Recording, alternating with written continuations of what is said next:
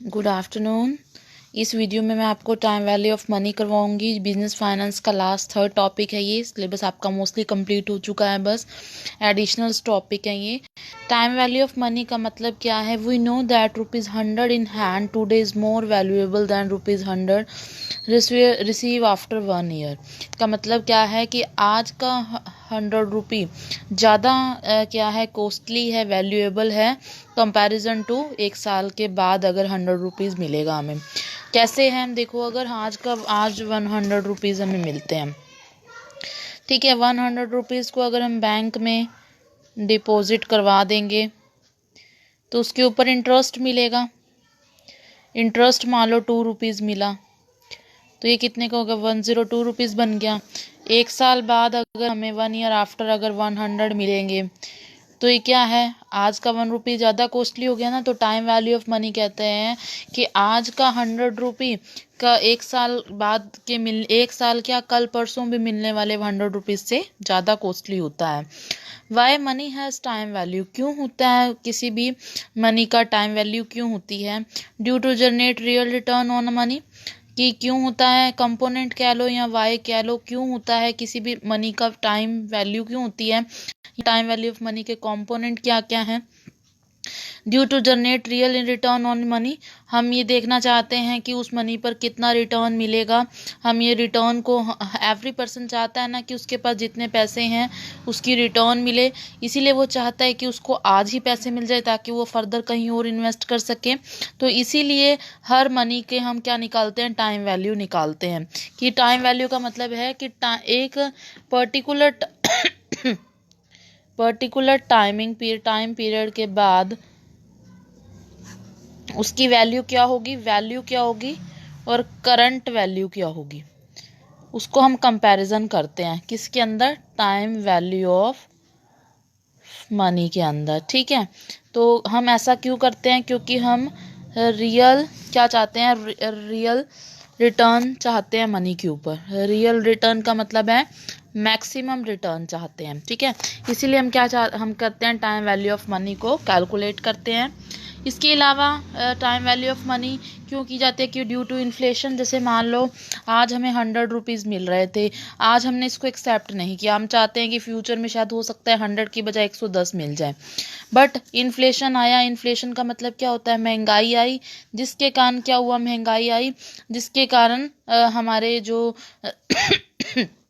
हमारे कई बार ऐसी सिचुएशन हो जाती है कि रुपीज़ की वैल्यू डाउन हो जाती है। जैसे होता है ना, $1 की वैल्यू इतनी है, £1 की वैल्यू इतनी है, हमारे इंडियन रुपी की वैल्यू इतनी है।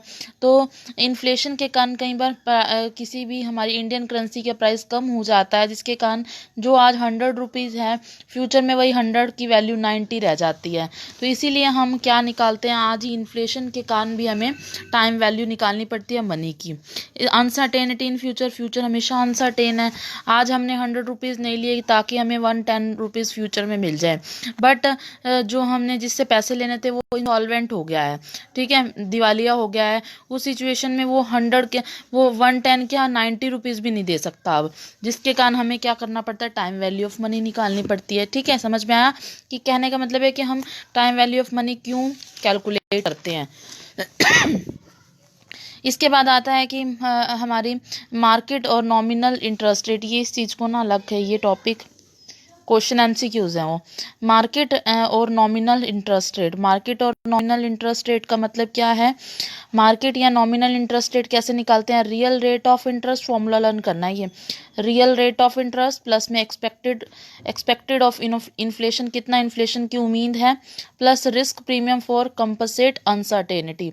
ये फॉर्मूला आपको लर्न करना है। Real rate of interest, expected of, ही थोड़ा ना एक्स्ट्रा पॉइंट है इसमें, तो इसको आपने फॉर्मूला लर्न करना है। कई बार पेपर में डायरेक्ट क्वेश्चन पूछ लिया जाता है कि मार्केट और नॉमिनल इंटरेस्ट रेट कैसे निकालते हैं, तो आपने इस फॉर्मूले के थ्रू निकालना है। ठीक है, टाइम वैल्यू ऑफ मनी में मेथड्स क्या है टाइम वैल्यू ऑफ मनी को कैलकुलेट करने के? एक तो कंपाउंडिंग मेथड, एक डिस्काउंटिंग मेथड है। डिस्काउंटिंग में प्रेजेंट वैल्यू मेथड अभी मैंने आपको करवाया ना रिसेंटली, तो वैसे ही है कैपिटल बस्टिंग में प्रेजेंट वैल्यू बताया है आपको मेथड।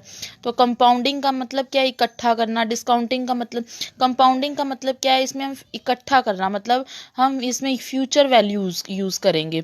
और डिस्काउंटिंग का मतलब क्या है? Present value. प्रेजेंट वैल्यू के लिए तो डिस्काउंटिंग फैक्टर यूज किए जाते हैं।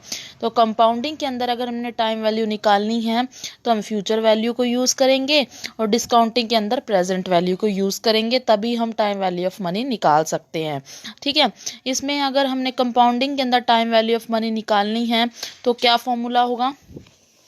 हमने फ्यूचर वैल्यू यूज़ करनी है ना, तो पहले हमें क्या निकालना पड़ेगा? फ्यूचर वैल्यू निकालनी पड़ेगी ना। फ्यूचर वैल्यू क्या होगी? प्रेजेंट वैल्यू 1 + r की पावर n। ठीक है, r का मतलब क्या है? Discounted factor. n का मतलब क्या है? Number of year. ठीक है, ये आप फर्स्ट टाइम पढ़ रहे तो थोड़ा कम अगर फर्स्ट में हमें 50% भी समझ में आ जाता है ना तो सफिशिएंट होता है।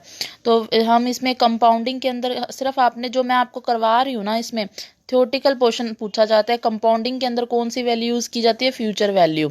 ठीक है, फ्यूचर वैल्यू यूज़ की जाती है। और इम्पॉर्टेंट है, फ्यूचर वैल्यू को कैसे कैलकुलेट किया जाता है? Present value bracket start 1 + r की होल पावर n। ठीक है, इसके थ्रू हम क्या निकालते हैं? फ्यूचर वैल्यू निकालते हैं।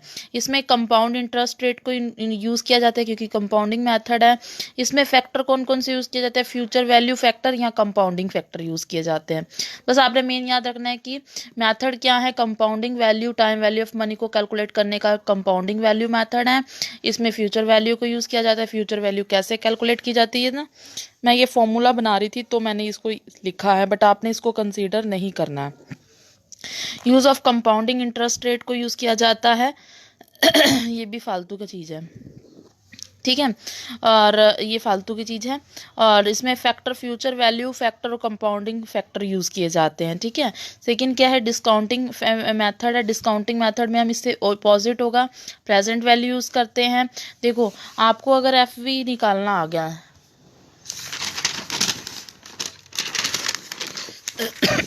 अगर आपको एफ वी निकालना आ गया, क्या था? पी वी 1 + r की पावर n बताया था। अब हमने डिस्काउंटिंग में क्या यूज़ करना है? हमने पीवी प्रेजेंट वैल्यू निकालनी पड़ेगी क्योंकि प्रेजेंट वैल्यू यूज़ करते हैं। तो प्रेजेंट वैल्यू आपने मैथ्स में सीखी है, कैसे निकालते हैं? ये डिवाइड में हो जाएगी ना, इसके F V divided by 1 + r की पावर n। ठीक है, अगर एक फॉर्मूला आ गया तो दूसरा फॉर्मूला ऑटोमेटिक आ जाएगा।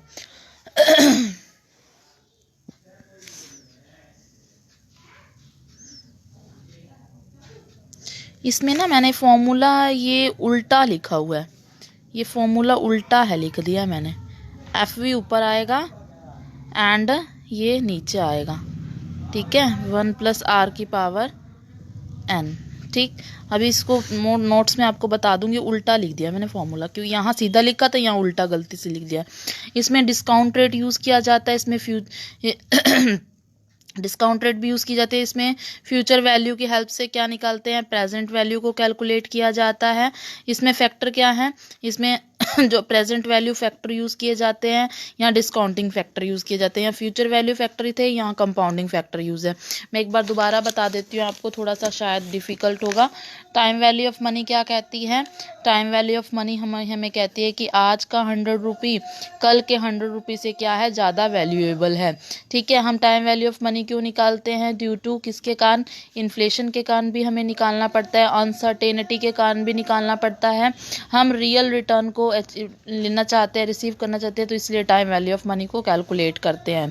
इसके अलावा टाइम वैल्यू को कैलकुलेट करने के 2 तरीके, कंपाउंडिंग मैथड और डिस्काउंटिंग मैथड। कंपाउंडिंग के अंदर फ्यूचर वैल्यू यूज़ करेंगे। फ्यूचर वैल्यू का फॉर्मूला ये होता है, फ्यूचर वैल्यू फैक्टर यूज़ करेंगे, या हम कंपाउंडिंग फैक्टर यूज़ करेंगे। डिस्काउंटिंग के अंदर प्रेजेंट वैल्यू फैक्टर यूज़ करेंगे या डिस्काउंटिंग फैक्टर यूज़ करेंगे। इसमें फॉर्मूला क्या था? ये फॉर्मूला यूज़ करेंगे। इसमें डिस्काउंट रेट भी यूज़ की जाती है। Is that clear?